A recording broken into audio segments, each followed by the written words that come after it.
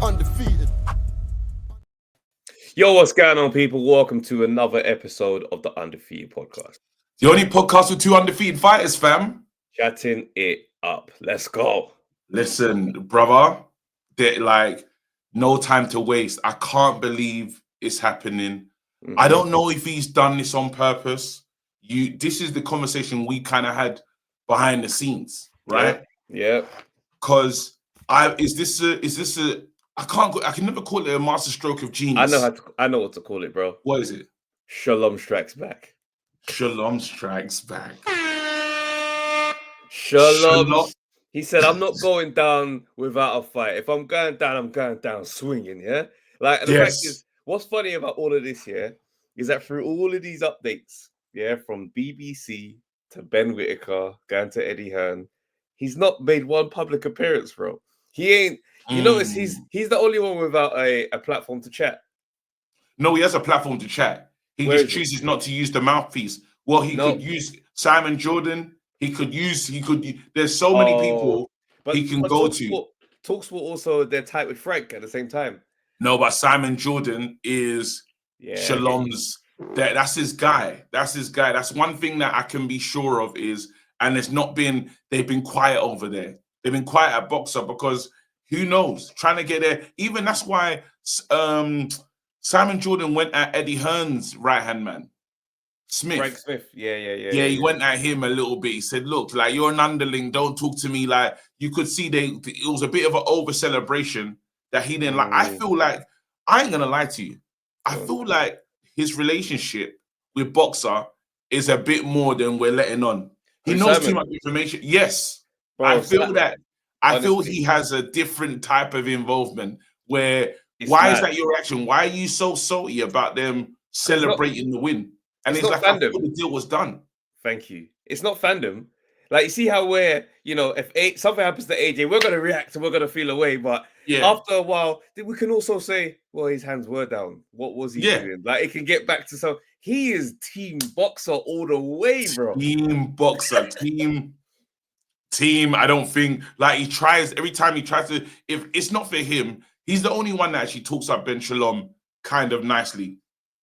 Out of everyone that I've heard in boxing, he's been the kindest to him. But again, well, you question why? Because obviously the tactics and the skills, this is something that should be ridiculed. You know, someone like Simon will, let's say this was any other outfit that wasn't his.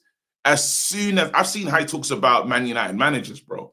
As soon as this guy sees something that is not, you're talking about a fight that was meant to happen, and you haven't done a contract to say how many rounds, and then you call it a clerical error in big boxing in 2025.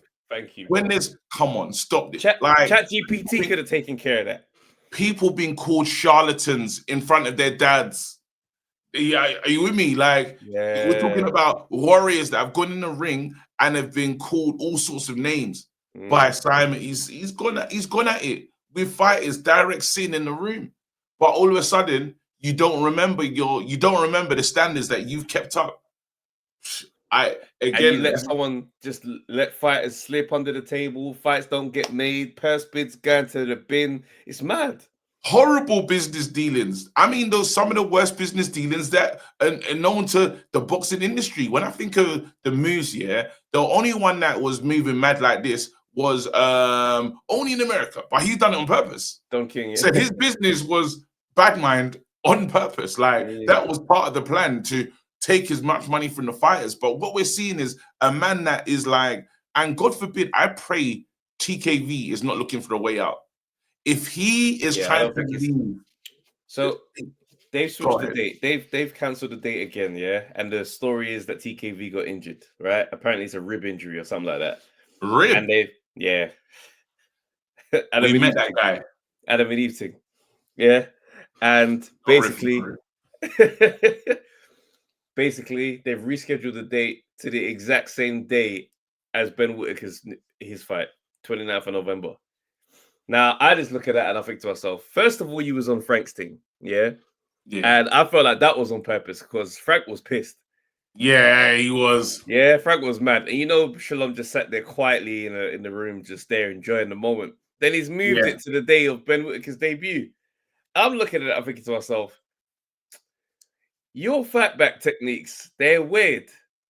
Do you know what I mean? Like you know when somebody's clapback is just It's smart though, because he was going up against the fight that he picked against Frank. Yeah, he wasn't really gonna win that fight. His guy, we didn't TKV. Wow, like we know TKV, yeah.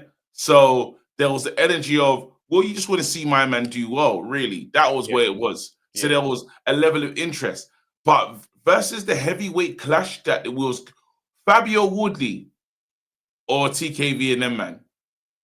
Let's stop this. Thing is, no, it's not even. What you're missing.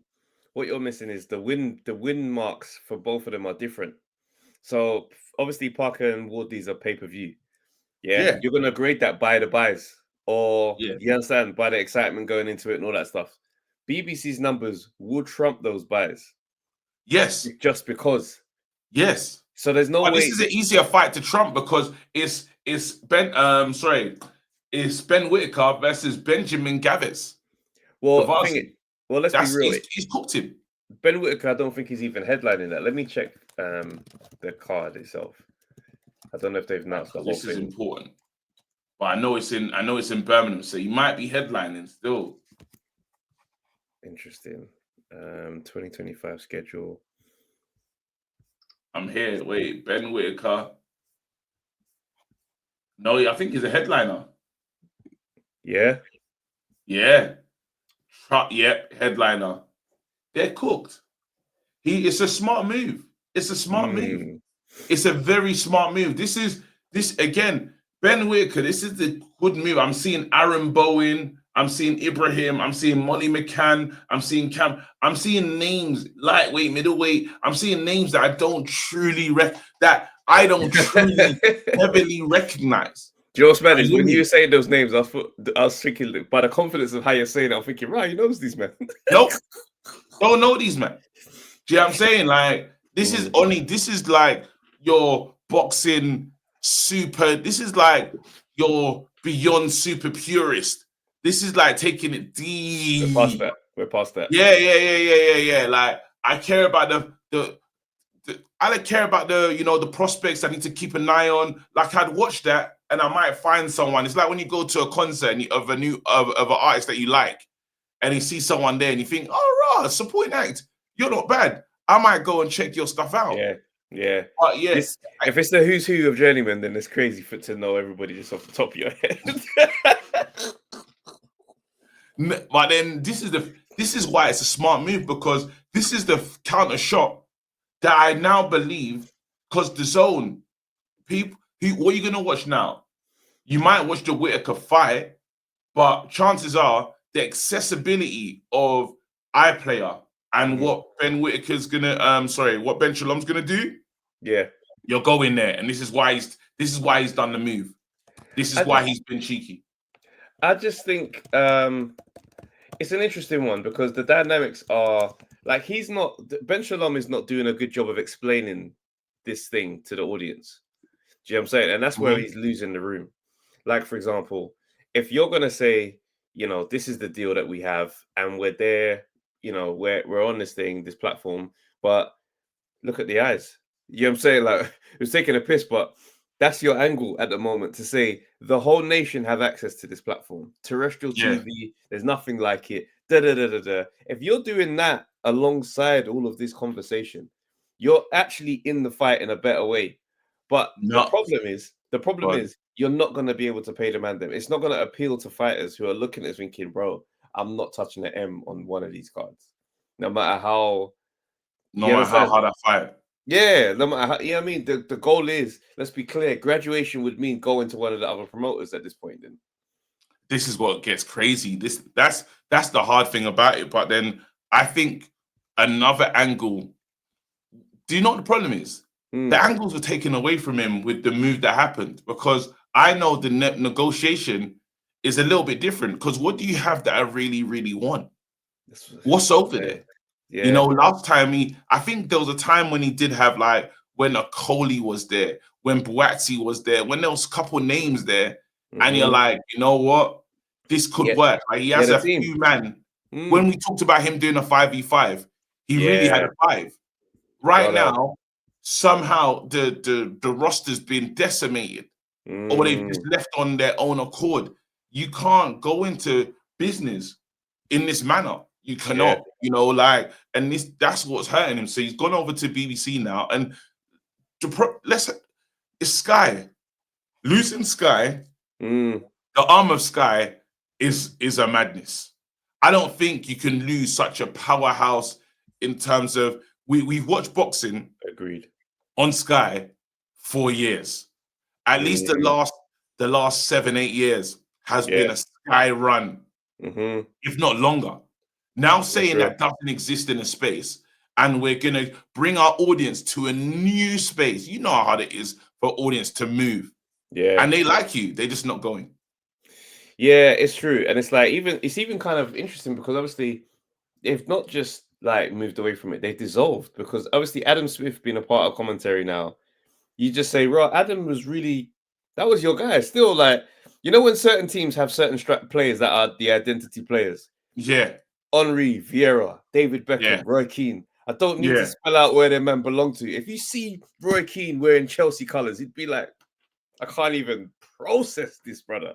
So this is what I'm saying. So the fact that one of the key pieces is now part, I'm like, right, you walked away from boxing, bro. Like, it's done, bro.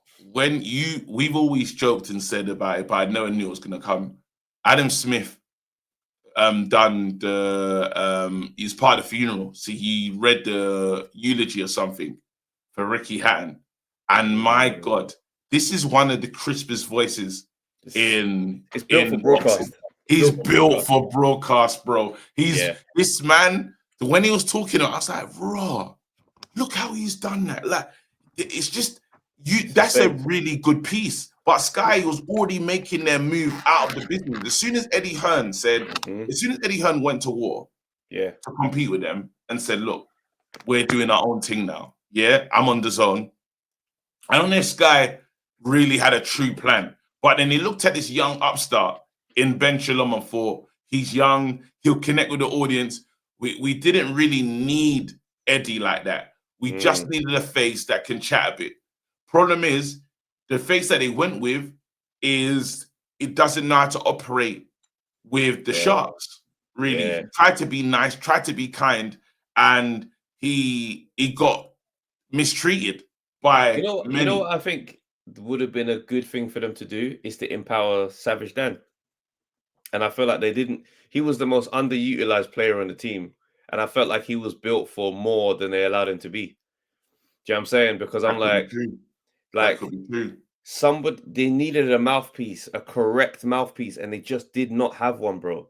No, but you know what they should have done? Sam Jones. They could have used Savage Dan like Sam Jones, is what I'm saying. But I don't think Sam Jones would. Yeah, that's right. That's right. Yeah. Let him run the wings. Do you know what I'm saying? If you're going to be the striker that's the holding striker, let my man run and go crazy, because Savage Dan is built for these verbal shit. He can actually, like, it's so mad because the mainstream don't know Savage Dan like how we know Savage Dan. Yeah, bro. yeah. And he's right there. But we see him at every